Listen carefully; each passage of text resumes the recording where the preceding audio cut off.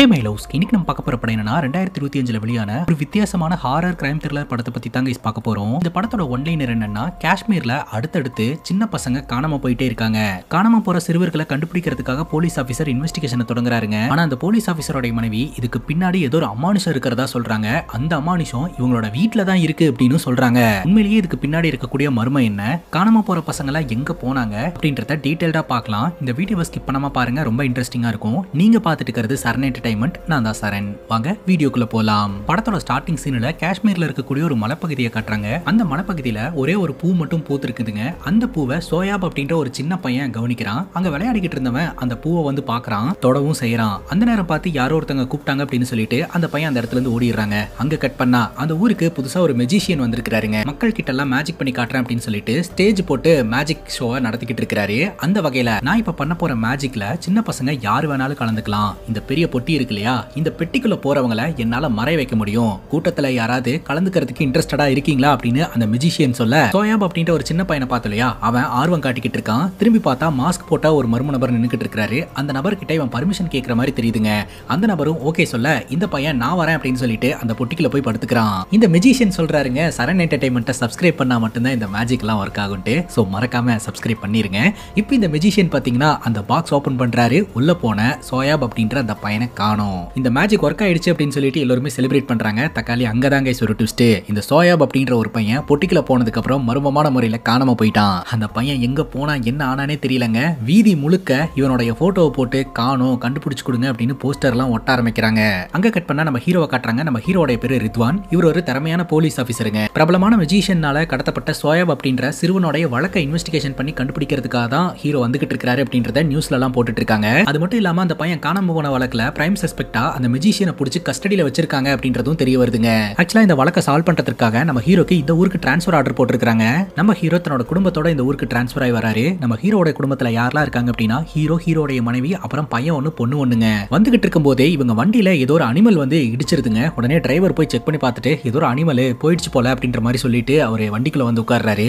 ஆக்சுவலா அந்த சத்தத்தை கேட்ட உடனே நம்ம ஹீரோடைய கையெல்லாம் ஒரு மாதிரி நடுங்க ஆரம்பிச்சிருது. ஏன் அப்படின்னு கேட்டீங்கன்னா, நம்ம ஹீரோடைய பாஸ்ட்ல ஏதோ ஒரு பெரிய சம்பவம் நடந்திருக்குதுங்க. தவிர்க்க முடியாத, மறக்க முடியாத ஒரு சம்பவம் நடந்திருக்குதுங்க. அது அப்பப்போ அவரை டிஸ்டர்ப் பண்ணுது அப்படின்றது தெரிய வருது. பட் அது என்ன சம்பவம் அப்படின்னு இப்போதைக்கு நமக்கு தெரியலங்க. ஃபைனலி இவங்க தங்க போற வீட்டுக்கும் போறாங்க. சோ அவங்க தங்க போற வீடு பாத்தீங்கன்னா ரொம்ப பழமையான ஒரு வீடுங்க. அது மட்டும் இல்லாம அங்க இக்பால் அப்படின்ற ஒரு நபர் இருக்காரு. அவர் பேச மாட்டாரு. அவர் பாத்தீங்கன்னா உங்களுக்கு உதவியா இருப்பாரு அப்படின்னு சொல்லி கூட வந்த போலீஸ் ஆபீசர் நம்ம ஹீரோக்கு கைடு பண்றாருங்க. இப்ப வீட்டை செட் பண்ணி கொடுத்துட்டு நேரா ஹீரோ ஸ்டேஷனுக்கு போறாருங்க. ஸ்டேஷன் வாசல்ல ஏகப்பட்ட மீடியா ஆளுங்க நின்னுகிட்டு இருக்காங்க. காணாம போன பையனை பத்தின ஏதாவது தகவல் கிடைச்சதா அப்படின்னு சொல்லிட்டு கேள்வி மேல கேள்வி கேட்கறாங்க. அவங்களை எல்லாம் ஒதுக்கி விட்டுட்டு ஹீரோ ஸ்டேஷனுக்குள்ள என்டர் ஆகுறாரு. நல்ல வரவேற்பு அப்படின்னு சொல்லிட்டு ஃபாரன்சிக் டிபார்ட்மெண்ட்ல இருந்து என்ன ரிப்போர்ட் வந்தது அப்படின்னு கேட்க, சோயாப் அப்படின்ற பையன் அந்த மெஜிஷியனோட பொட்டிக்குள்ள காணாம போயிருந்திருக்கான். அந்த பொட்டிக்குள்ள தலைமுடி கிடைச்சிருக்குதுங்க. அந்த தலைமுடியை ஆய்வு செஞ்சு பார்க்கும்போது அது அந்த பையனோடது தான் அப்படின்னு கன்ஃபார்ம் ஆயிருக்கு. கான்ஸ்டபிள் சொல்றாரு, இதுல விசாரணை பண்றதுக்குலாம் ஒண்ணு இல்ல சார், அந்த மெஜிஷியனை நம்ம பிடிச்சிட்டோம். இந்த மெஜிஷியன் தான் அந்த பையனை ஏதோ பண்ணிருக்கான், அவன் தான் குற்றவாளி அப்படின்னு சொல்ல, பட்டனி ஹீரோ சொல்றாரு, அவன் வெறும் சஸ்பெக்ட் தான், அவன் குற்றவாளின்னு நம்ம இன்னும் நிரூபிக்க கிடையாது அப்படின்ட்டு. இப்ப அந்த மெஜிஷியனை காட்டுறாங்க. போலீஸ் கஸ்டடியில அப்படியே கிடுகிடுன்னு நடுங்கிட்டே உட்காந்துக்கிட்டு இருக்காருங்க. அந்த அளவுக்கு போலீஸ்காரங்க போட்டு பொலவலன்னு பொளந்திருப்பாங்க போல. இவரோட பேரு ஜஃபர் மன்சூர். சுத்து வட்டார பகுதியில் மேஜிக் ஷோ எல்லாம் நடத்திட்டு இருக்கக்கூடிய ஒரு நபருங்க. இவன் இது வரைக்கும் பண்ண நிகழ்ச்சிகளுக்கு எல்லாம் அனுமதி இருக்கா அப்படின்னு கேட்க, எந்த ஒரு அனுமதியுமே வாங்காம தான் சார் இவன் ப்ரோக்ராம் எல்லாம் பண்ணிட்டு இருந்திருக்கான். கேள்விகளை கேட்டா வாயை திறக்க மாட்டேன்றான். இன்னும் கொஞ்ச நேரம் டைம் கொடுங்க சார், அட்டிக்கிற அடியில உண்மைகள்லாம் கக்கிடுவான் அப்படின்னு சொல்ல, நம்ம ஹீரோ செல் ஓபன் பண்ணிட்டு உள்ள போய் இந்த மெஜிஷியனை பாக்குறாருங்க. போலீஸ்காரங்க அடிச்ச அட்டியில இவர் அரண்டு போய் உட்காந்துக்கிட்டு இருக்காப்ல. அந்த ஆளை வெளியில கூட்டிட்டு வந்து, அன்னைக்கு நீ என்ன பண்ணியோ அதை செஞ்சு காட்டு அப்படின்னு சொல்ல, இந்த மெஜிஷியன் பாத்தீங்கன்னா கண்ணுக்கு மையெல்லாம் போட்டுக்கிட்டு இருக்காரு. கான்ஸ்டபிள் டென்ஷன் ஆயிடுறாரு. சார் வெயிட் பண்ணிக்கிட்டு இருக்காரு, என்னடா பண்ணிட்டு இருக்க அப்படின்னு சொல்ல, இந்த மெஜிஷியன் பாத்தீங்கன்னா பண்ணா ப்ரொஃபஷனலா தான் பண்ணுவார் போல. சோ பக்காவா கெட்டப் எல்லாம் போட்டுக்கிட்டு, welcome to the Saran entertainment magic show, இந்த பெட்டிக்குள்ள போறவங்கள மந்திரம் எல்லாம் போட்டு என்னால மறைய வைக்க முடியும், பாத்துட்டு இருக்க நீங்க யாராவது இதுல கலந்துக்கணும் அப்படின்னு ஆசைப்பட்டீங்கன்னா தாராளமா கை தூக்கலாம் அப்படின்னு சொல்ல, கரெக்டா போலீஸ் ஸ்டேஷனுக்கு டீ குடுக்கறதுக்காக ஒரு சின்ன பையன் வருவாங்க. இந்த பையனை வச்சு மேஜிக் பண்ணி காட்டு அப்படின்னு ஹீரோ சொல்றாரு. உடனே அந்த பையனை பாத்தீங்கன்னா அந்த பெட்டிக்குள்ள போக சொல்லிட்டு சில பல மந்திரங்கள்லாம் போடுற மாதிரியும் நடிக்கிறாருங்க. அதுக்கப்புறம் அந்த பொட்டி ஓபன் பண்ணா உள்ள போன பையனை காணுங்க. அங்க இருக்கக்கூடிய போலீஸ்காரங்களுக்கு திக்குன்னு ஆயிருது. அதுக்கப்புறம் இந்த மெஜிஷியன் இந்த மேஜிக்கு பின்னாடி இருக்கக்கூடிய ட்ரிக்கை ரிவீல் பண்றாரு. அந்த பொட்டிக்குள்ளேயே பாத்தீங்கன்னா சீக்ரெட் ரூம் மாதிரி செட் பண்ணிருப்பாங்க. உள்ள போறவங்க அந்த ரூம்குள்ள போயிட்டா, சோ வெளிய இருந்து பப்ளிக் பார்க்கும்போது அந்த பொட்டி காலியா இருக்கு, உள்ள போனவங்க மறைஞ்சிட்டாங்க, காணாம போயிட்டாங்க அப்படின்ற மாதிரி நினைப்பாங்க. சோ இதுதான் ட்ரிக், நான் இப்படிதான் அன்னைக்கு பண்ணினேன், ஆனா அந்த பையன் எப்படி காணாம போனான்னு எனக்கு தெரியாது அப்படின்ற மாதிரி இந்த மெஜிஷியன் சொல்றாரு. சோ இதுல இருந்து என்ன தெரியுது அப்படின்னா, இந்த மெஜிஷியன் வயிற்று பொழப்புக்காக மேஜிக் ஷோ எல்லாம் பண்ணிட்டு இருக்கிறவன். சோ இவன் இந்த ஷாயப் சோயாப் அப்படின்ற அந்த பையனை கடத்தி இருக்கிறதுக்கு வாய்ப்பு இல்லை அப்படின்னு சொல்லிட்டு சஸ்பெக்ட் லிஸ்ட்ல இருந்து இந்த மெஜிஷியனோட போட்டோவையும் டீடைலையும் ஹீரோ எடுத்துறாருங்க. கான்ஸ்டபிள் சொல்றாரு அவன் தான் சார் குற்றவாளி, நீங்க ஏன் சார் அவனை விடுறீங்க அப்படின்ட்டு. ஹீரோ சொல்றாரு அவன் தான் குற்றவாளி அப்படின்னு நம்ம நிரூபிச்சிருக்கலாம், கத்திரிக்கோள் கிடைச்சிருந்தா அப்படின்றாரு. கத்திரிக்கோளா அப்படின்னு கான்ஸ்டபிள் கேட்க கிரைம் சீன்ல கிடைச்ச காணாம போன பையனோட தலைமுடி ஷேப்பா கட் பண்ணப்பட்ட நிலைமையில இருந்திருக்குதுங்க. கிட்னாப்பர் கத்திரிக்கோளால தான் தலைமுடியை கட் பண்ணியிருக்கான். சோ அந்த ஆங்கிள் தான் இன்வெஸ்டிகேஷன் பண்ணணும் அப்படிங்கும்போது கான்ஸ்டபிள் சொல்றாரு கடத்தினவன் ஃபோன் பண்ணி காசு கூட கேட்க கிடையாது சார், அப்போ இந்த கிட்னாப் எதுக்காக நடந்திருக்கும் அப்படின்னு கேட்க ஹீரோ சொல்றாரு இப்பெல்லாம் காசுக்காக கிட்னாப் நடக்கிறது கிடையாது. காணாம போன பையனோட அப்பா பேரு அன்சாரி, அவர் இந்த ஊர்ல பிரபலமான அரசியல்வாதியா இருக்கிறாருங்க. சோ அதனால கண்டிப்பா அவருக்கு எதிரிங்க ஜாஸ்தியா இருப்பாங்க. அந்த எதிரிங்க யாராவது இவரை மிரட்டுறதுக்காக பையனை கிட்னாப் பண்ணிருக்கலாம் அப்படின்னு நம்ம ஹீரோ சந்தேகப்படுறாருங்க. அங்க கட் பண்ணா ஒரு 2 பேர்த்த காட்டுறாங்க. ஒருத்தன் தாடி வச்சிருக்கான், அவன தாடிக்கார அப்படின்னு சொல்றேன். இன்னொருத்தன் ஃபுல்லா ஷேவிங் பண்ணிக்கிட்டு இருக்காங்க. அவனுக்கு நம்ம அமுல் அப்படின்னு பேர் வச்சுக்கலாம். அந்த தாடிக்காரன் அமுல் கிட்ட சொல்றான் இந்த போலீஸ்காரன் விசாரணை பண்றதுக்காக நேரா அன்சாரியோட வீட்டுக்கு தான் போவான், நாம கொஞ்சம் கேர்ஃபுல்லா இருக்கணும் அப்படின்னு சொல்ல இந்த அமுல் சொல்றான் பயிரை தேர்ந்தெடுக்கிறது விவசாயம் பண்றதெல்லாம் பைஜானோட வேலை, அறுவடை பண்றது மட்டும் தான் நம்ம வேலை, சோ நம்ம வேலையை மட்டும் பார்க்கலாம் அப்படின்ற மாதிரி இவங்க டிஸ்கஸ் பண்ணிட்டு இருக்காங்க. இந்த தாடிக்காரன் அமுலை பார்த்துட்டு பரவாயில்லையே நீ ஃபுல் ஷேவ் பண்ணதுக்கு அப்புறம் சின்ன பையன் மாதிரி இருக்க, மத்த சின்ன பசங்க கிட்ட போய் நின்னாலும் நீயும் சின்ன பையன் தான் நம்புவானுங்க அப்படின்ற மாதிரி சொல்லிட்டு அந்த தாடிக்காரன் அங்க இருந்து கிளம்புறான். அங்க கட் பண்ணா நம்ம ஹீரோட வீட்டை காட்டுறாங்க. ஹீரோடைய பையன் வீட்டுக்குள்ள பால் வச்சு விளையாடிக்கிட்டு இருப்பாங்க. பாலை பவுன்ஸ் பண்ணும்போது ஒரு இடத்துல மட்டும் வித்தியாசமான சத்தம் கேட்கும். என்னடா அது அங்க மட்டும் வித்தியாசமா சத்தம் கேக்குது அப்படின்னு சொல்லிட்டு கார்பெட்டை நகர்த்தி பார்த்தா அந்த இடத்துல ஒரு ஸ்டோரேஜ் பாக்ஸ் மாதிரி இருக்கும். அதை ஓபன் பண்ணி பார்த்தா உள்ள ஃபுல்லா சோலியா இருக்கும். உடனே அந்த சோலியை வச்சு அவன் பாட்டுக்கு விளையாட ஆரம்பிச்சிருவான். அப்படி சோலியை வீசி வீசி விளையாடிட்டு இருக்கும்போது திடீர்னு அந்த சோலி காணாம போயிடும்.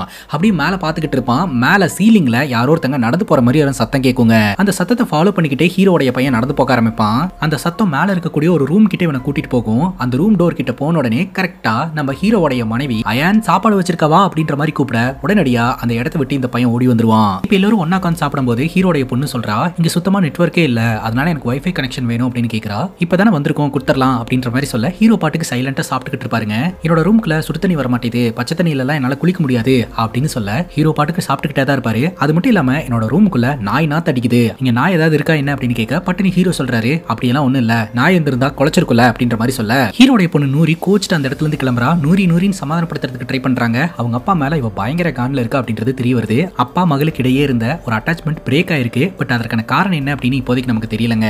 ஹீரோடைய மனைவி ஹீரோ திட்டுறாங்க நூறு கிட்ட நீங்க எதுக்காக இந்த மாதிரி பேசுனீங்க அப்படின்னு சொல்லிட்டு. சரி இனிமேல் நான் இந்த மாதிரி பேச மாட்டேன் அப்படின்னு சொல்ல இதுக்கு முன்னாடி இவங்க ரியாசி அப்படின்ற ஒரு ஊர்ல இருந்திருக்காங்க. சோ அப்போ நம்ம நூரியோட ஃப்ரெண்டுக்கு ஏதோ ஒன்று நடந்திருக்குதுங்க. அதுல இருந்து அவ இன்னும் மீண்டு வராம இருக்கா. அதனாலதான் அவ இப்படி பிஹேவ் பண்ணிக்கிட்டு இருக்கிறதா வந்து அவங்க அம்மா சொல்றாங்க.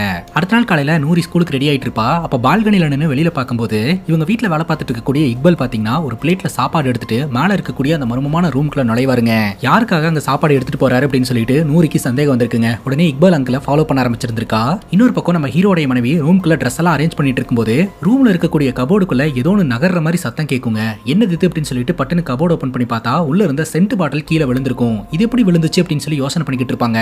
இன்னொரு பக்கம் இக்பாலை ஃபாலோ பண்ணிட்டு வந்த நூரி பாத்தீங்கன்னா அந்த மர்மமான கதவு கிட்ட வருவா. கதவை ஓபன் பண்றதுக்கு ட்ரை பண்ணுவா, ஓபன் ஆகாது. அதனால என்ன பண்ணுவானா அந்த கதவுக்கு கீழே உட்காந்து ஏதாவது தெரியுதா அப்படின்னு சொல்லி பாத்துக்கிட்டு இருப்பா. அந்த நேரம் பார்த்து நூரியை ஏதோ வந்து டச் பண்ண மாதிரி இருக்கும். இவ விருக்குன்னு பயந்துருவா. அந்த இடத்துக்கு வந்தது நூரியோட தம்பி தான். தம்பியை துரத்திக்கிட்டே வந்து இவன் எப்ப பார்த்தாலும் என்ன பயமுறுத்திக்கிட்டே இருக்கிறான் அப்படின்னு சொல்லிட்டு அக்கா தம்பி 2 பேரும் சண்டை போட்டுப்பாங்க. அதுக்கப்புறம் அம்மா தான் சமாதானப்படுத்துவாங்க.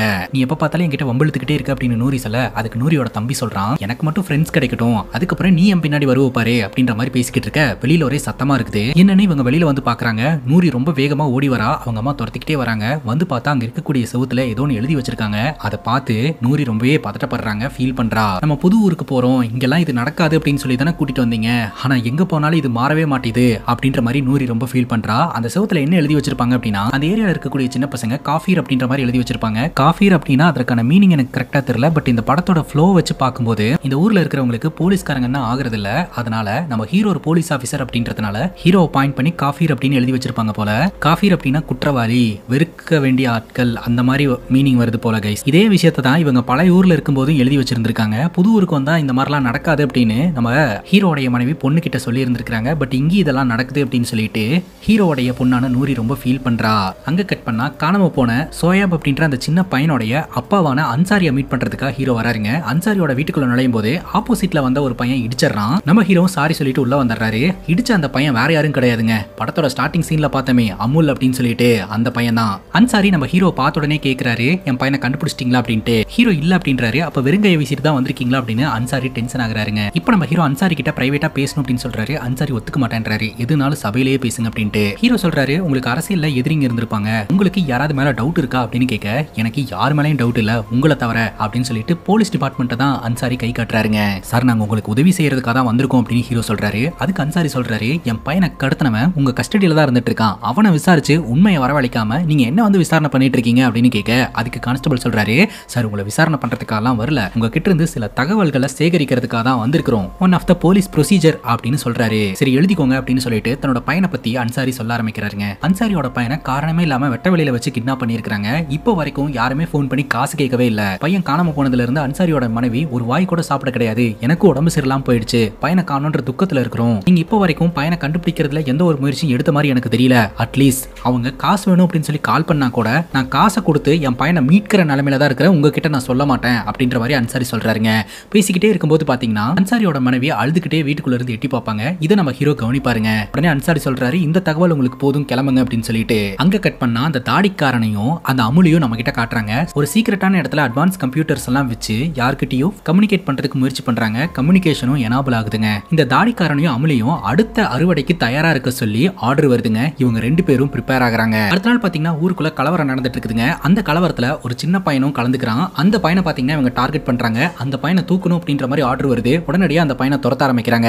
அந்த பையனுடைய பேரு ஃபைசலுங்க. அவன் சந்து புந்துக்குள்ள எல்லாம் பூந்து ஓட ஆரம்பிக்கிறான். ஒரு கட்டத்துக்கு மேல உடஞ்ச நிலையில இருக்கக்கூடிய ஒரு பிரிட்ஜ் கிட்ட வரான். அங்க படத்தோட ஸ்டார்டிங் சீன்ல சாயப் அப்படின்ற பையன் ஒரு பூச்செடியை பார்த்தான் இல்லையா, அதே மாதிரியான பூச்செடி இங்க இருக்குதுங்க. அதை இந்த பையன் கவனிக்கிறான். அதை போய் டச் பண்ணவும் செய்யறான். கரெக்டா அந்த இடத்துக்கு ஃபைசலோட அண்ணன் வந்துடுறான். வாடா ஃபைசல் போலாம் அப்படின்ற மாதிரி சொல்லிட்டு இவங்க ரெண்டு பேரும் அந்த இடத்துல இருந்து கிளம்புறாங்க. ராத்திரி நம்ம ஹீரோ டியூட்டியை முடிச்சுட்டு வீட்டுக்கு வராருங்க. அப்பதான் ஹீரோட மனைவி சொல்றாங்க, காலையில இந்த சின்ன பசங்க எல்லாம் வந்து வீட்டுல காஃபி அப்படின்ற மாதிரி எழுதி வச்சுட்டானுங்க. இதை பார்த்து டென்ஷன் ஆகி உங்க பொண்ணு ரூம்குள்ள போனவ அதுக்கப்புறம் வெளியில வரவே இல்ல அப்படின்னு சொல்ல, ஹீரோ அந்த செவத்தை பாக்குறாரு. இக்பல் கிளீன் பண்ணிட்டு இருப்பாரு. உடனே அங்க போயிட்டு இக்பல் அதை கூட நான் கிளீன் பண்றேன் அப்படின்னு சொல்லிட்டு இவர் கிளீன் பண்ணுவாருங்க. அப்ப திடீர்னு இவரோட கை ஒரு மாதிரி நடுங்க ஆரம்பிப்போம். பாஸ்ட்ல நடந்த ஏதோ ஒரு சம்பவம் அவரோட மைண்ட்ல வந்து போகுங்க. இப்ப நேரா தன்னோட பொண்ணை பாக்குறதுக்காக ரூம் கிட்ட போவாரு. பொண்ணு தூங்கிட்டு இருப்பா. இவருக்கு ஒரு மாதிரி சங்கடமா இருக்கும். டிஸ்டர்ப் பண்ணாம வந்துருவாருங்க. இப்ப நம்ம ஹீரோ சோயாப் அப்படின்ற பையன் படிச்ச ஸ்கூலுக்கு போவாருங்க. சோயாபோட ஃப்ரெண்ட்ஸ் ரெண்டு பேர்த்த கூப்பிட்டு விசாரணை பண்ணுவாரு. ஆக்சுவலா இந்த சோயாபும் ரெண்டு ஃப்ரெண்ட்ஸும் சேர்ந்து எடுத்துக்கிட்ட போட்டோ வந்து அன்சாரியோட வீட்டுல இருந்ததை ஹீரோ கவனிச்சிருந்திருப்பாரு.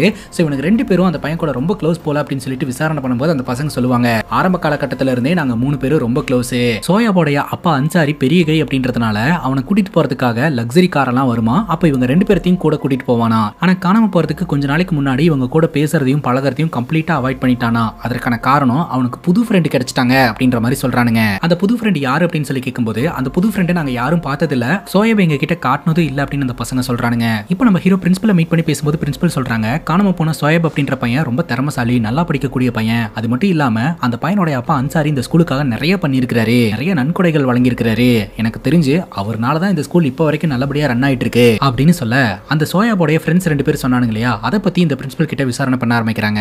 அந்த பிரின்சிபலுக்கு பெருசா எந்த ஒரு இன்ஃபர்மேஷனும் தெரியலங்க. இந்த பையன் காணாம போன வழக்குல உங்களுக்கு வேற ஏதாவது உதவி தேவைப்பட்டுச்சுன்னா கண்டிப்பா என்ன கான்டாக்ட் பண்ணுங்க, நான் உதவி செய்யறேன் அப்படின்ற மாதிரி சொல்றாங்க. கரெக்டா பெல் அடிக்கிற சத்தம் கேட்கும். ஸ்கூலுக்குள்ள இருந்து நம்ம ஹீரோடைய பொண்ணு வெளியில வருவாங்க. ஹீரோடைய பொண்ணு கிட்ட ஃப்ரெண்ட்ஸ் வந்து இதுதான் உன்னுடைய அப்பாவா அப்படின்ற மாதிரி கேட்க, நூரி பாத்தீங்கன்னா இல்ல அப்படின்ற மாதிரி சொல்லிட்டு போவா. அதை கேட்கும்போது ஹீரோக்கு கஷ்டமா போயிருங்க.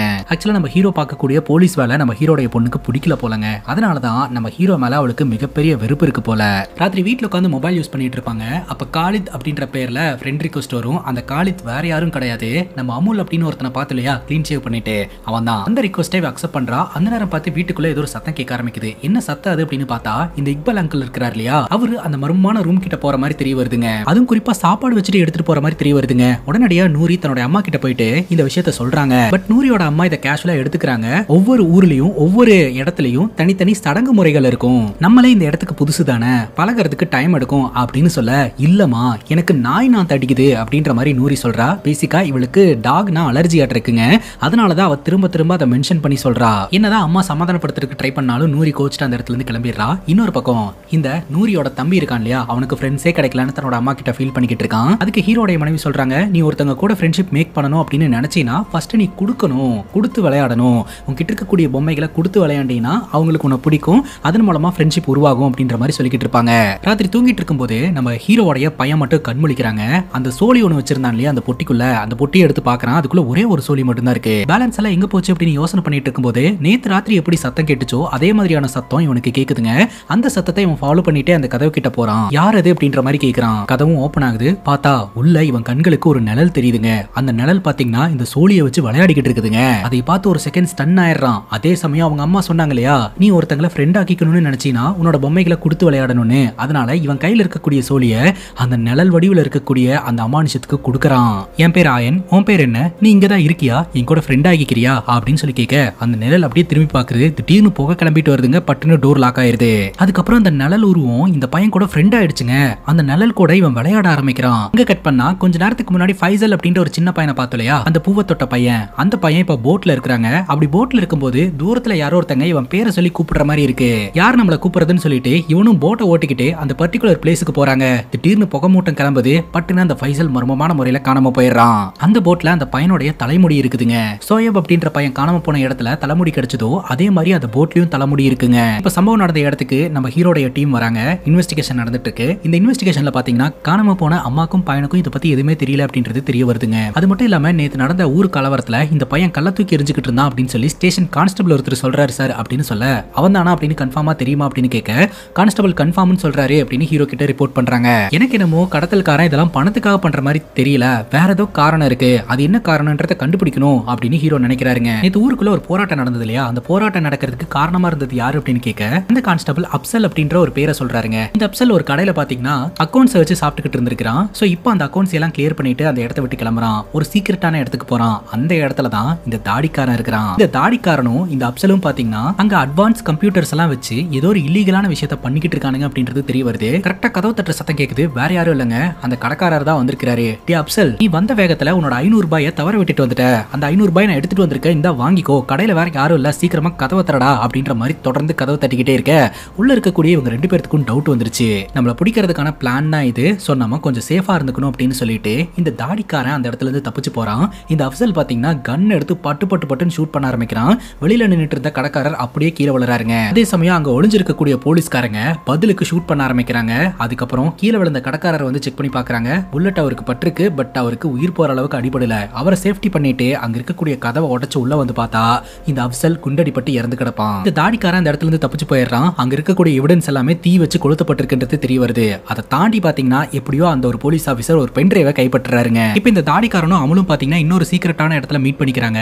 அப்போ அவனுடைய தலைமை கிட்ட பேசுறாங்க. அப்சல் எப்படி போலீஸ்காரங்க கண்டுபிடிச்சாங்கன்னு கேட்கும்போது தெரியல, எப்படியோ மோப்ப முடிச்சு வந்துட்டாங்க அப்படின்ற மாதிரி சொல்லிட்டு இருக்காங்க. இவங்களோட தலைவன் பேரு பைஜான். அந்த பைஜான்றவர் என்ன சொல்றாரு அப்படின்னா, முன் வச்ச கால பின் வைக்க முடியாது, என்ன ஆனாலும் சரி இன்னி 7 நாள்ல நம்மளோட இலக்கை அடைஞ்சே தீரணும், அந்த டிஎஸ்பி மேலையும் ஒரு கண்ணை வச்சுக்கோங்க அப்படின்ற மாதிரி சொல்லிடுறாருங்க. அங்க கட் பண்ணா நம்ம ஹீரோடைய பொண்ணு மொபைல்ல அந்த அமுல் கூட சாட் பண்ணிக்கிட்டு இருப்பாங்க. அப்ப திடீர்னு வீட்டுக்குள்ள அமானுஷமான சத்தம் எல்லாம் கேட்க ஆரம்பிக்கும். அந்த சத்தத்தை இவ ஃபாலோ பண்ணிக்கிட்டே நடந்து போக ஆரம்பிப்பா. ஒரு மாதிரியான ஸ்மெல் எல்லாம் வர ஆரம்பிக்கும். இவ கையில டார்ச் லைட் எடுத்துட்டு அப்படி தேடிக்கிட்டே வெளியில வந்து பார்த்தா இவ கையில என்னவோ ஒன்று தட்டுப்படுங்க. அது என்னன்னு எடுத்து பார்த்த அவளுக்கு திடீர்னு ஒரு மாதிரி ஆயிருங்க.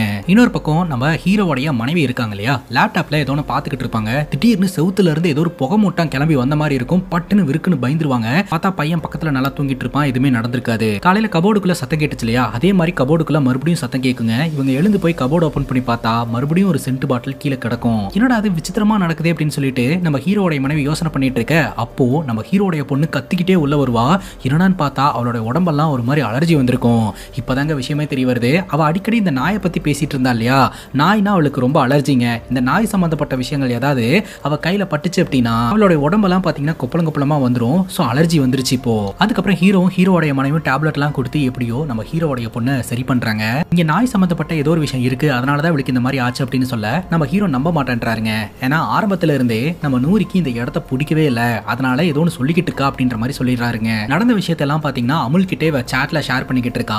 அந்த அமுல் பாத்தீங்கன்னா அவங்க அப்பா அம்மா அவனை நம்பலனா என்ன, நான் நம்புறேன் அப்படின்னு சொல்லிட்டு நம்பிக்கை வார்த்தையெல்லாம் சொல்லி நூறி கூட க்ளோஸ் ஆயிட்டு இருக்கான். இந்த ஒரு சூழ்நிலையில நம்ம ஹீரோ இருக்கிறார் இல்லையா, வெளியில இவ சொன்ன மாதிரி ஏதாவது கிடக்குதா அப்படின்னு சொல்லி தேடிக்கிட்டு வருவாருங்க. பார்த்தா உண்மையிலேயே நாய் சம்பந்தப்பட்ட ஒரு விஷயம் இருக்குங்க. அதை பார்த்து நம்ம ஹீரோடைய மனைவியும் கன்ஃபார்ம் பண்றாங்க. இப்ப செத்து போன அப்சலோட உடம்புல இருந்து பென்ட்ரைவ் எடுத்தாங்க இல்லையா, அந்த பென்ட்ரைவை கம்ப்யூட்டர்ல போட்டு பார்த்தா என்கிரிப்டட் ஃபைல் ஒன்று இருக்கும். பலதரப்பட்ட போராட்டத்துக்கு அப்புறம் எப்படியோ டீகிரிப்ட் பண்ணிடுவாங்க. அதுல ஒரு ஃபைல் இருக்கும். ஒரு ஆடியோ ஒன்று பிளே ஆகுங்க. அந்த ஆடியோல பாத்தீங்கன்னா B2 B2S B2 B2S A1 A2 இந்த மாதிரிலாம் பாத்தீங்கன்னா சில கோட் வேர்ட்ஸ் தான் இருக்கும். பட் இதுக்கு பின்னாடி இருக்கக்கூடிய மீனிங் என்னன்னு உங்களுக்கு தெரியல. இந்த ஊர்ல ஏதோ ஒன்று பிளான் பண்ணிட்டு இருக்காங்க. அவங்க நினைக்கிறத நடக்கிறதுக்குள்ள போலீஸ்காரங்க இதை டீகோட் பண்ணி அவங்களை எல்லாம் பிடிச்சிடணும் அப்படின்னு வெறியா டீகோட் பண்றதுக்கு ட்ரை பண்றாங்க. அப்ப நம்ம ஹீரோ ஒரு லீடை கண்டுபிடிக்கிறாருங்க. B2 B2S அப்படின்னா இந்த ஊர்ல இருக்கக்கூடிய ஸ்கூல் நேமை தான் குறிக்குது அப்படின்னு சொல்லிட்டு அதுக்கு பக்கத்துல A1 B2 அப்படின்னு சில பல நம்பர்ஸ் எல்லாம் இருக்கே, அதற்கான மீனிங் என்ன அப்படின்னு பார்த்தா அந்த ஸ்கூல்ல படிக்கக்கூடிய ஒரு மாணவனுடைய ஐடென்டி அப்படின்னு தெரிய வருது. உடனடியா காணாம போன இந்த ஷோயாப் அப்படின்ற பையனுடைய ஐடி கார்டோட நம்பரை வச்சு வச்சு செக் பண்ணி பார்த்தா இந்த கோட் வேர்ட்ல மேட்ச் ஆகுதுங்க.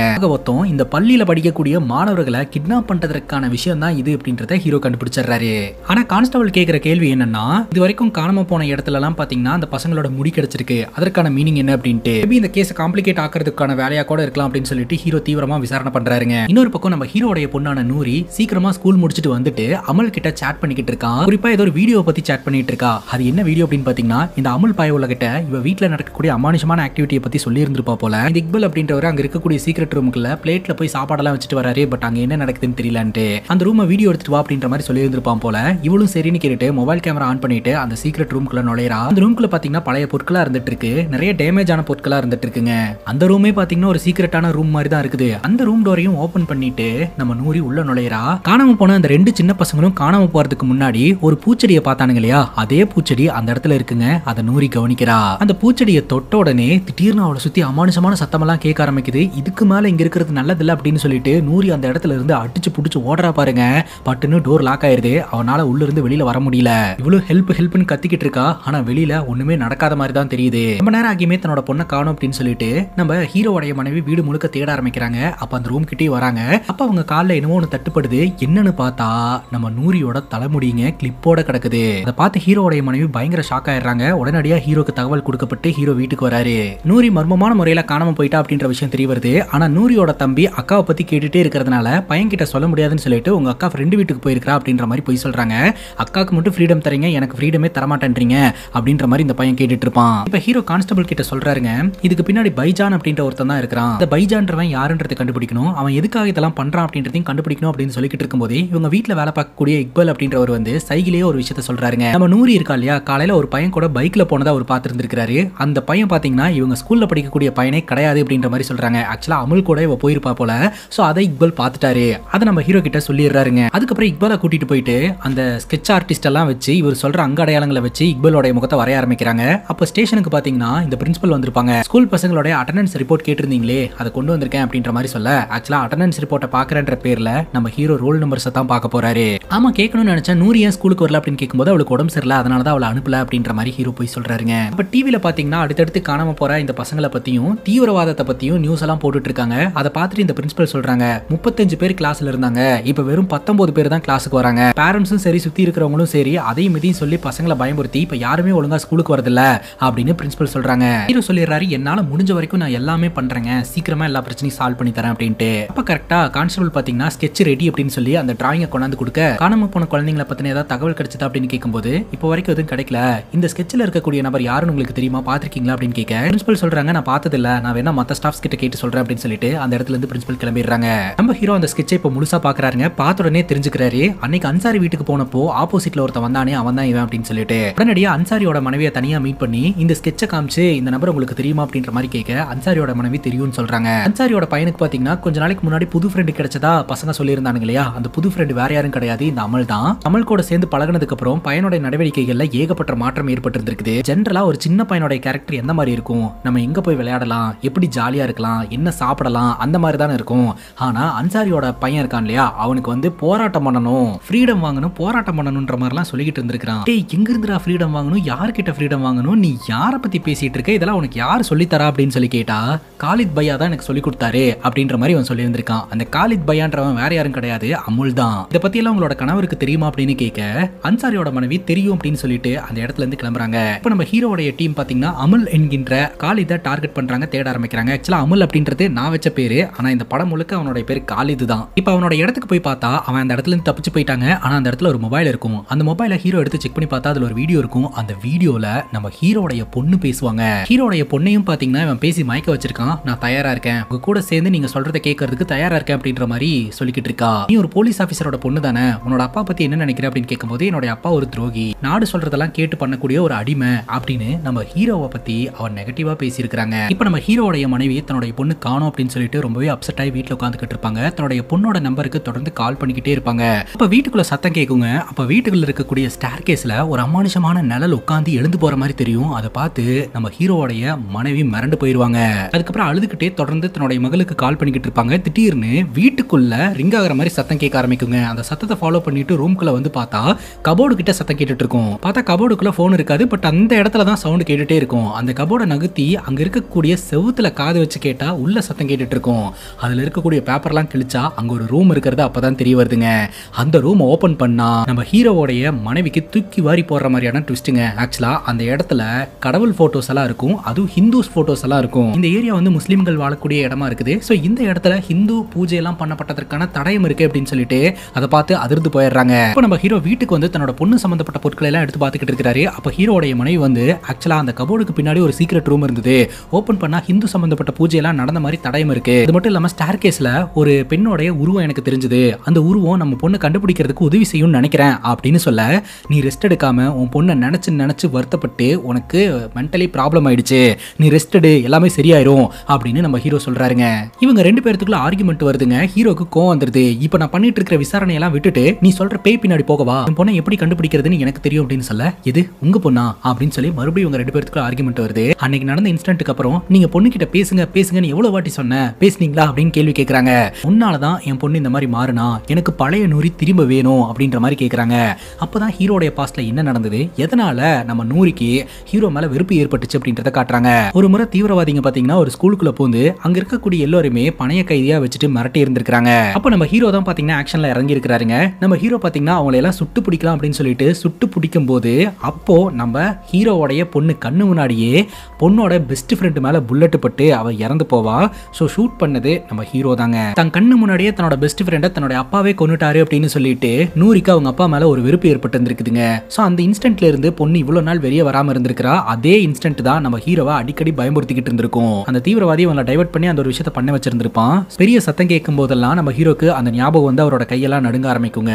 இப்ப பிரசன்ட் சிச்சுவேஷன் இந்த தாடிக்காரனை காட்டுறாங்க. இவன் பாத்தீங்கன்னா இன்னொரு சீக்கிரட்டான இடத்துல போயிட்டு அவனுடைய பாஸ் கிட்ட பேசுறான். பைஜான் இப்ப எனக்கு என்ன பண்றதுன்னு தெரியல, ஏன்னா காளித்தும் தலைமறைவாயிட்டான், நம்ம வேணா இந்த மிஷனை ஸ்டாப் பண்ணிடலாமா அப்படின்னு சொல்ல, இந்த பைஜான் அப்படின்ற தலைவன் சொல்றான், இல்ல மேல் இடத்துல இருந்து பணமெல்லாம் வந்துருச்சு, நம்ம முன் வச்ச கால பின் வைக்க முடியாது, நம்ம வேலையை செய்யறதுக்கு நானே புது வயலை தேர்ந்தெடுத்துறேன் அப்படின்னு சொல்லிட்டு ஒரு போட்டோவை காட்டுறாங்க. அந்த போட்டோல இருக்கக்கூடிய சின்ன பையனும் இதே ஸ்கூல்ல படிக்கக்கூடிய பையன் தாங்க. அந்த பையன் வேற யாரும் கிடையாது, இந்த தாடிக்காரனுடைய சொந்தக்கார பையன் தான். இந்த தாடிக்காரனை இந்த பையன் மாமா மாமான்னு தான் கூப்பிடுறான். அங்க கட் பண்ணா நம்ம ஹீரோடைய மனைவி இருக்காங்க இல்லையா, பையன் வரைஞ்சு வச்சிருக்கிற டிராயிங்ஸ் எல்லாம் பார்த்துட்டு இருப்பாங்க. அப்படி பார்க்கும்போது அவங்க வீட்டை சுத்தி இருக்கக்கூடிய அவன் கண்ணால பார்க்கக்கூடிய விஷயங்களை மட்டுமே வரைஞ்சு வச்சிருந்திருப்பான். அதுல ஒரு நாயும் வரைஞ்சு வச்சிருந்திருப்பான். அப்பதான் பொண்ணு சொன்னது ஞாபகம் வந்திருக்கும். இக்பால் அங்கிள் அங்க இருக்கக்கூடிய சீக்ரெட் ரூமுக்குள்ள சாப்பாடு கொண்டு போய் வச்சுட்டு அதுக்கப்புறம் பிளேட் எடுத்துட்டு வரதை நான் பார்த்தேன், சம்திங் ராங்னு எனக்கு தோணுது அப்படின்ட்டு ஏதாவது ஒரு சடங்கா இருக்கும் அப்படின்னு சொல்லிட்டு நம்ம ஹீரோடைய மனைவி அதை கேஷுவலா எடுத்திருந்திருப்பாங்க.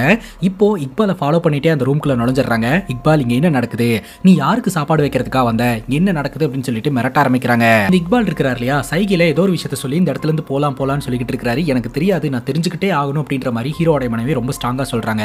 அப்ப இக்பால் பாத்தீங்கன்னா ஒரு மாதிரி விசித்திரமா பிஹேவ் பண்ண ஆரம்பிக்கிறாரு. அந்த ரூம்குள்ள இருக்கக்கூடிய ஆன்மா இக்பாலோட உடம்புக்குள்ள வந்துருச்சு போலங்க. இவ்வளவு நாள் இக்பால்னால பேச முடியாது இல்லையா, அவருடைய தொண்டையில மாற்றம் ஏற்பட்டு இக்பால் அப்படியே விசித்திரமா பேசுறாருங்க.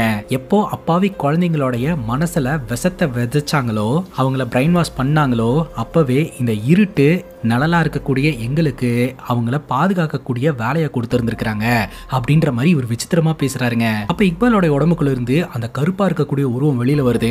அதை பார்த்து நம்ம ஹீரோடைய மனைவி மிரண்டு போயிடுறாங்க. அதே சமயம் என் பொண்ணு எங்கன்ட்டு அழுவ ஆரம்பிக்கிறாங்க. அப்ப அந்த கருப்பு உருவம் நம்ம ஹீரோடைய மனைவி பக்கம் வருதுங்க. இவங்க மாயாஜால உலகத்துக்குள்ள போறாங்க. அந்த உலகத்துக்குள்ள இது வரைக்கும் காணாம போன எல்லாருமே சேஃபா இருக்காங்க அப்படின்ற மாதிரி நமக்கு தெரிய வருதுங்க. பட்டுன்னு நம்ம ஹீரோடைய மனைவி நார்மல் ஆயிருவாங்க. நம்ம பார்த்ததெல்லாம் கனவா இல்ல நிஜமா அப்படின்னு சொல்லிட்டு கன்ஃபியூஷன் ஸ்டேட்ல இருந்துட்டு இருக்காங்க. இப்ப போலீஸ் ஸ்டேஷனுக்கு தகவல் தெரிய வருதுங்க. காலித் அப்படின்ற ஒருத்தனை தேடிட்டு இருந்தாங்க இல்லையா, அதான் நம்ம அமுல். அவன் எல்லையை தாண்டும் போது போலீஸ் கிட்ட வசமா மாட்டிக்கிட்டான். அவனை தூக்கிட்டு வந்து கஸ்டடியில வச்சு உரின்னு உரிக்கிறாங்க. ஆரம்பத்துல என்ன விசாரணை பண்ணாலும் அவன் சிரிச்சுக்கிட்டே எதுவுமே பதில் சொல்ல மாட்டான்றான். பதில் சொல்லாத நீ எனக்கு எதுக்குடா உயிரோட வேணும் அப்படின்னு சொல்லிட்டு நம்ம ஹீரோ என்ன பண்றாருன்னா கன் எடுத்துட்டு வந்து பட்டுன்னு ஷூட் பண்ணிடுறாரு.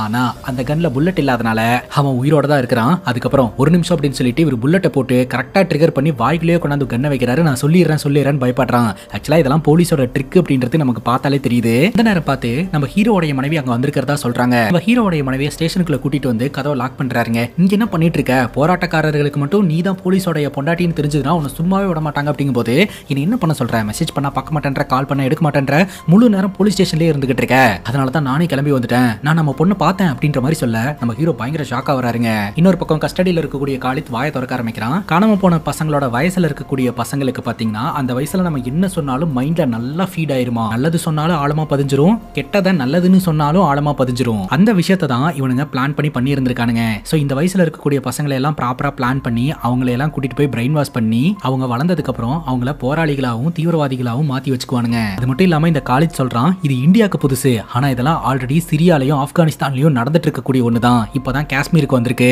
அப்படின்ற மாதிரி சொல்றான். இன்னொரு பக்கம் நம்ம ஹீரோ தன்னோட மனைவி கிட்ட ஆக்சுவலா நம்ம பொண்ணை கடத்தினவன் நம்ம கிட்ட மாட்டிக்கிட்டான், அவனை விசாரிக்கிற விசாரணையில கண்டிப்பா நம்ம பொண்ணை காட்டி கொடுத்துருவான், நம்ம பொண்ணை கண்டுபிடிச்சிடலாம் அப்படின்னு சொல்ல அவன் நம்ம பொண்ணை கடத்தவே இல்ல, நம்ம பொண்ணை நான் பார்த்தேன் அப்படின்ற மாதிரி திரும்ப திரும்ப நம்ம ஹீரோட மனைவி சொல்லிக்கிட்டு இருக்காங்க. இன்னொரு பக்கம் கான்ஸ்டபிள் தான் காலேஜ் கிட்ட விசாரணை பண்ணிக்கிட்டு இருக்காரு. உன்னோட தலைவன் யாரா சொல்றா அப்படின்னு கேட்க இந்த காலேஜ் சொல்றான் தாடிக்காரன் தான் என்னோட தலைவன், ஆனா எங்களுக்கு மேல பைஜான் அப்படின்ற ஒருத்தர் இருக்காரு, அவரு கொடுக்குற இன்ஸ்ட்ரக்ஷன் வச்சு தான் நாங்க எல்லாமே பண்ணிட்டு இருக்கோம் அப்படின்ட்டு நம்ம ஹீரோட மனைவி சொல்றாங்க.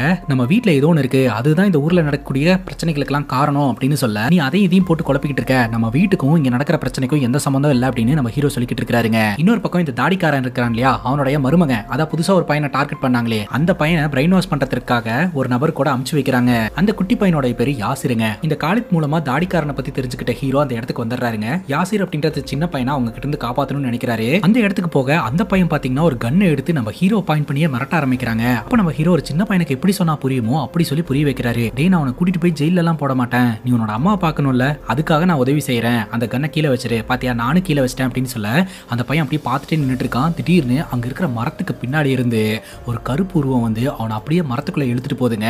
பட்டுன்னு அவனுடைய தலைமுடி கொஞ்சமா கீழே விழுகுது. அதை ஹீரோ கண்ணால பார்த்து மிரண்டு போயிடுறாரு. அந்த முடி எடுத்து பார்த்துட்டு இருக்காரு. சோ இப்படிதான் காஷ்மீர்ல ஒவ்வொரு முறையும் ஒரு அமானுஷமான உருவம் வந்து குழந்தைங்களை தூக்கிட்டு போகுது அப்படின்றது தெரிய வருது. மனைவி அவ்வளவு தூரம் சொன்னாங்க, அதெல்லாம் கட்டுக்கதை, அவங்களுக்கு மென்டலி ஏதோ ப்ராப்ளம்னு நினைச்சோம், இப்போ நம்ம கண்ணால பார்த்துட்டோம் அப்படின்னு ஹீரோவே மிரண்டு போறாருங்க. இப்ப அந்த பைஜான் அப்படின்றவர்கிட்ட இருந்து இந்த தாடிக்காரனுக்கு கால் வருதுங்க. காலித் போலீஸ் கிட்ட மாட்டிக்கிட்டான், நீ கொஞ்ச நாளைக்கு தலைமறைவாயிரு அப்படின்ட்டு. இப்போ நம்ம ஹீரோ வீட்டுக்கு வராருங்க. தன்னோட மனைவி மற்றும் இக்பால் கூட்டிட்டு நேரா அந்த சீக்ரெட் ரூம் கிட்ட போயிட்டு இங்க என்ன நடக்குது அப்படின்றத தெரிஞ்சுக்கணும்னு நினைக்கிறாங்க. அப்ப நம்ம ஹீரோடைய பையன் இருக்கான் இல்லையா, அவனோட உடம்புல வந்த அந்த பேய் பாத்தீங்கன்னா இவங்க கிட்ட கம்யூனிகேட் பண்றதுக்கு முயற்சி பண்ணுது. அப்ப நம்ம ஹீரோடைய மனைவி பேச ஆரம்பிக்கிறாங்க, நீங்க எல்லாம் யாரு, இங்க என்ன நடந்தது அப்படின்ட்டு. இதுக்கு முன்னாடி இந்த வீட்டுல இவங்க வாழ்ந்திருக்கிறாங்க கை, அம்மா அப்பா அண்ணா அப்புறம் இப்ப பேசிட்டு இருக்கக்கூடிய அந்த ஆன்மா, அது போக ஒரு நாயும் வாழ்ந்திருக்கு, உங்களுக்கு எல்லாம் என்ன ஆச்சு அப்படின்னு சொல்லி கேட்க துரோகம் பண்ணிட்டாங்க அப்படின்னு அந்த ஆன்மா சொல்லுது. துரோகமா, யாரு பண்ணாங்க அப்படின்னு கேட்க அந்த ஆன்மானால ஞாபகப்படுத்தி பார்க்க முடியலங்க, யாரு பண்ணாங்கன்னே அந்த ஆன்மாக்கு தெரியல.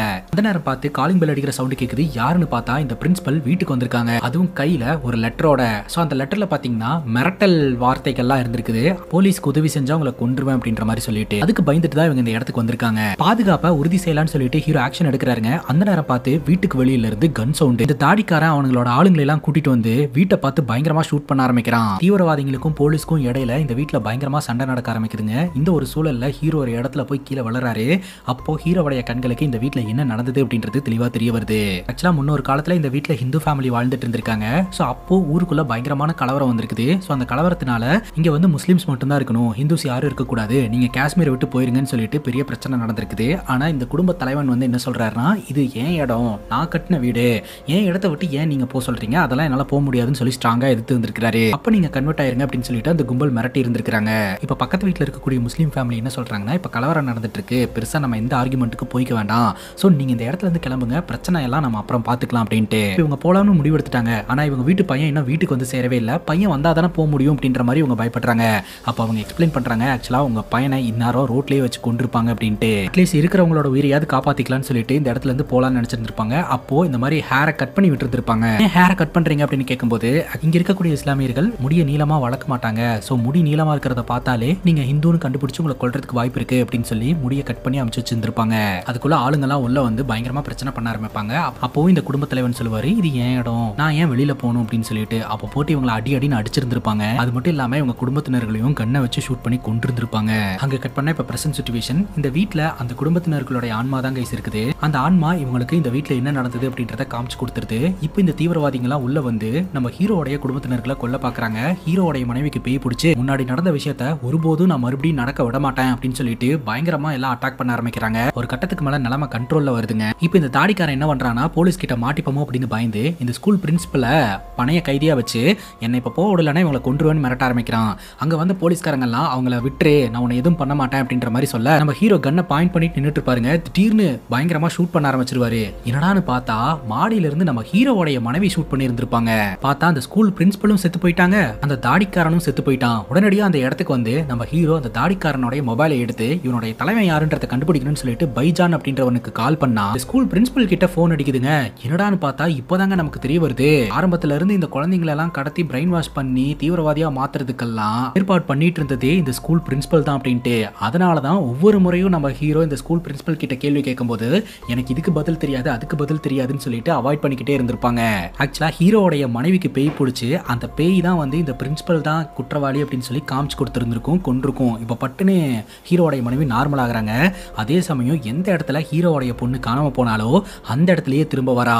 இப்போ நம்ம ஹீரோ தான் பொண்ணு நூறு மேல பாசத்தை காட்டுறாரு. பொண்ணும் பாத்தீங்கன்னா நம்ம ஹீரோ மேல பாசத்தை காட்டி ஒன்னு சேர்ந்துடுறாங்க.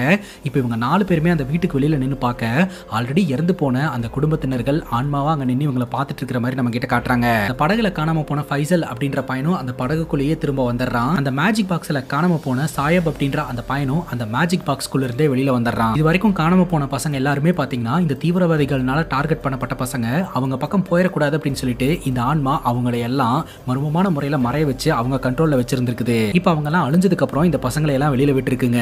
அதுக்கப்புறம் நம்ம ஹீரோடைய ஃபேமிலி தொடர்ந்து அந்த வீட்டுல ஸ்டே பண்ண ஆரம்பிக்கிறாங்க. இக்பல் அந்த சீக்ரெட்டான ரூம்குள்ள அடிக்கடி போய் சாப்பாடு வச்சுட்டு வருவார் இல்லையா, அதை இப்போ இந்த குடும்பம் கடமையாவே பண்ண ஆரம்பிக்கிறாங்க. இதோட இந்த படம் முடியுதுங்க. இந்த படத்தை பத்தி நீங்க என்ன நினைக்கிறீங்க அப்படின்னு உங்களோட கருத்தை கமெண்ட் செக்ஷன்ல பதிவு பண்ணுங்க. அண்ட் இதே மாதிரி வேற எதனா படத்தை பத்தி பேசணும் அப்படின்னு நினைச்சாலும் படத்தோட பேரை கமெண்ட் செக்ஷன்ல சொல்லுங்க. இதே மாதிரி வேற ஒரு நல்ல வீடியோல வந்து சந்திக்கிறேன். Love you guys, take care and cheers.